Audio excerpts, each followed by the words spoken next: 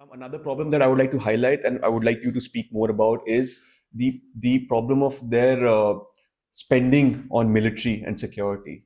And another thing that I understood from a seminar that I attended that CAPS had organized was their Pakistan Army's obsession to counter India. Do you think that is a major problem for let's talk about their economics now? The Pakistan our economy is going down because of their obsession with India in terms of Yes and no, Shivam. So I wouldn't say like that's the only factor, but that's obsession with India has been a contributing factor, and indirectly, the contributing factor in the sense that that whole position. If you look at their obsession with India, which has been there from day one, that they want to be at par with India, and this factor of being the desire to be at par with India kind of defined Pakistan's national priorities. So the national priorities did not become being a welfare state. The national priority was how do we now be at par with India or counter India. And in that, I'm just simplifying it. Obviously, it's a very does long debate, and I've written extensively on that in my previous books. But then that desire to stay at par with India, competing with India, obviously, one of the results that we saw was a very, very powerful army. Because why was this desire to counter India? Because India was now continuously projected as a threat. And that was very much in the minds of people that India needs to be countered. And to counter India, you need the military. That's why military needs to be all powerful, because they will save your boundaries. They are the guardian for your boundaries, ideological, territorial, as I said. And that's why the allocation to the military for modernization of the equipment has to be unconditional, even at the cost of the development expenditure. So what happened in this whole process, that the development expenditure took a hit. took a low, yeah. We saw it consistently taking a hit. So their spending, for example, on very critical social sectors of health and education remains very, very low.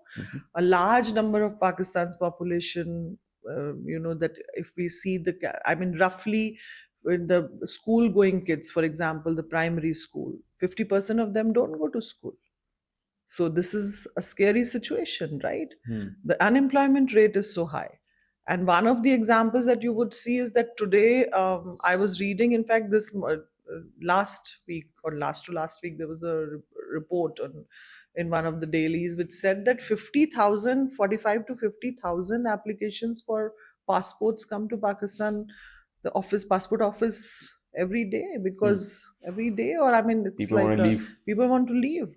So I don't know how much of the time period, but there's a large number of, the desire to leave the country is very, very strong. Outside the country, some of the reports came that 90% of the beggars who are kind of arrested for Are from Pakistan. are from Pakistan. Yeah. So, and then Saudi Arabia, if you remember, had this whole thing with Pakistan that stopped doing this. True. You are sending, they come as religious pilgrims, Yeah. but they are. So you had this whole, you have the indirect effect of that obsession showing everywhere. So you are you are doing modernization of the military. And now, because you want to modernize the military and stay at par with India in that military modernization, Pakistan's alliances were driven by that. China became a natural partner because of the hostility both the countries shared Anti-India against sentiment. India. And, that we saw how China kind of supplied Pakistan with the equipment, nuclear arsenal, and also now the delivery systems, and also building up their indigenous defense capabilities. China played a very strong role. Alliance with United States, for that matter, also was driven by the fact that they wanted to get the Western equipment. And all this happened at the cost of the development expenditure within Pakistan. So indirectly, that obsession with India, it has a role where Pakistan kind of stands today. So, and then the whole one aspect was the economy. And the other aspect was that once after 71 war, there was a realization that there's no way Pakistan can, you know, beat India in the conventional capability. They opted for the nuclear path. And Bhutto then decided that Pakistan needs to have nuclear weapons. So then now the nuclear weapons became a priority. That spending there started, investment of resources.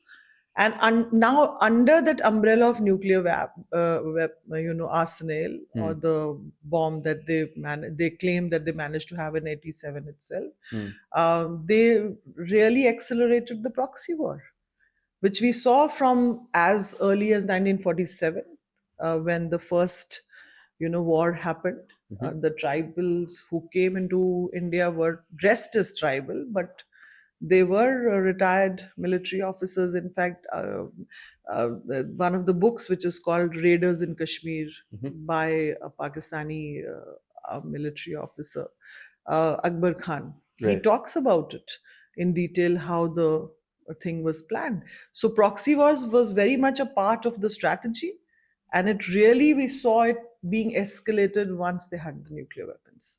Got it. So everything, and then because they kind of adopted a strategy of proxy war, the resources there.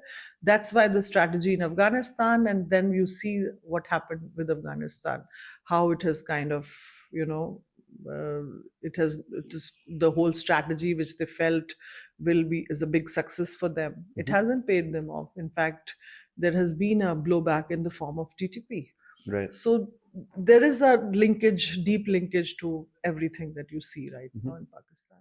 What you just watched was just the tip of the iceberg. If you're as curious as us on subjects that govern the world and our lives, you're at the right place. Do consider subscribing, because the next conversation might just change how you see the world. Until then, keep reimagining yourself and know that the power of change lies within you. Jai Hind.